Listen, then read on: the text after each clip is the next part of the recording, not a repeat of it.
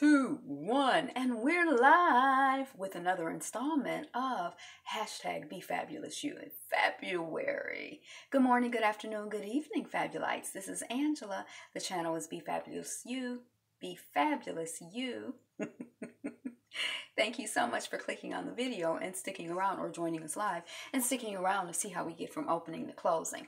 The Be Fabulous You series is a series where I kind of explore topics and ideas, concepts, words, behaviors, practices that contribute and support us in being our best selves for ourselves, for our families, and for our communities.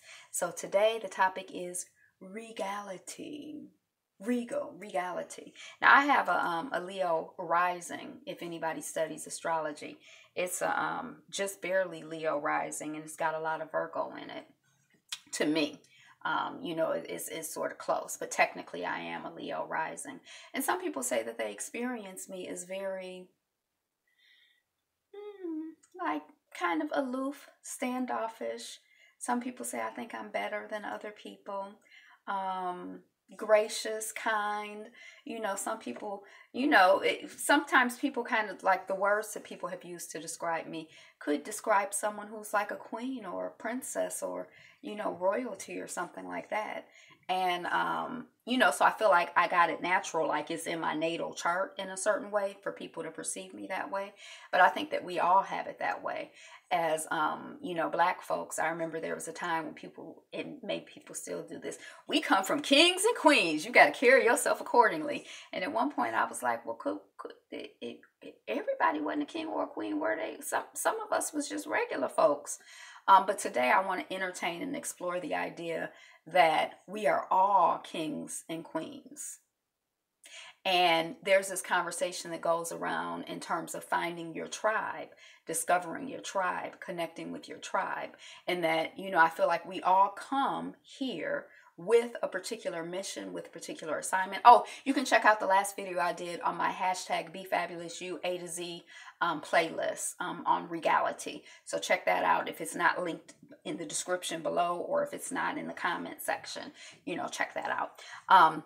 But we all come here with a particular mission, a particular assignment, and we are the kings and queens, or the king and or queen of our particular mission and our particular assignment. It's like, as a theater person, to me, I feel like we should all be the leading man or lady in our show. And other people are either main characters or supporting characters, but we should be the lead in our show, at least in our head and from our perspective.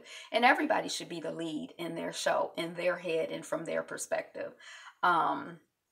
Because that's what we are, So I don't know if there's like kind of a lot that I have to say about the topic. I do want you to check out the video, but I am curious as to whether you consider yourself to be, a sovereign or a king or a queen with, people who support you in doing the work that you were called here to do. I feel that we have divine appointments, and there are people that come into our lives. Everyone who comes into our lives comes into our life on purpose, whether we're conscious of that or not, whether they're conscious of the purpose or not.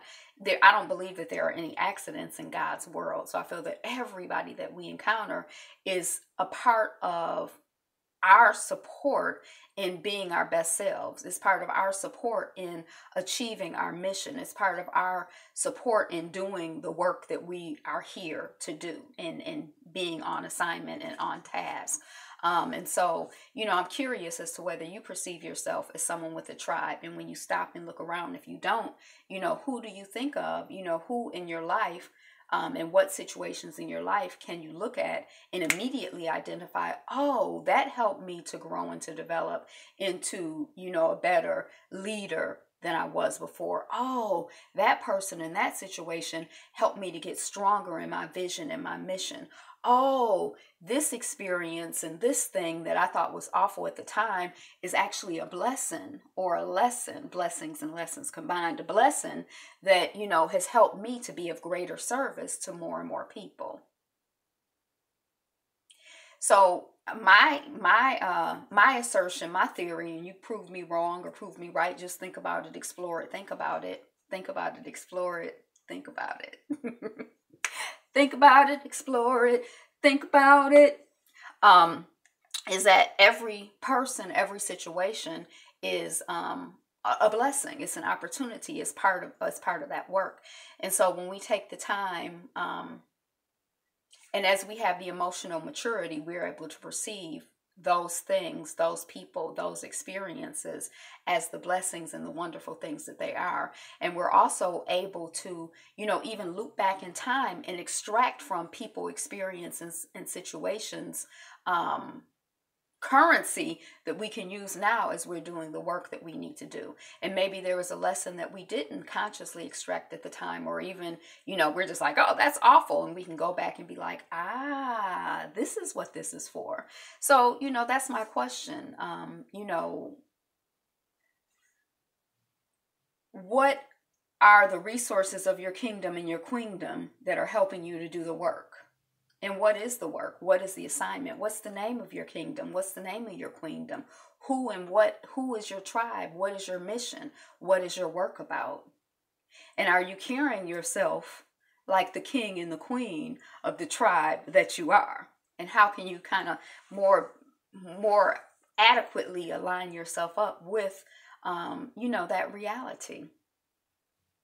So that's what I got. Today is the best day ever. Like, comment, share, subscribe. We're working on 1,000 subscribers. So if you are not already a subscriber to channel Be Fabulous You can go ahead and subscribe right now. See, wasn't that easy? It was painless. Fabulite. So that's what I got. Today is the best day ever again, and still. So be you. Be fabulous. Be fabulous you. Be you. Be fabulous.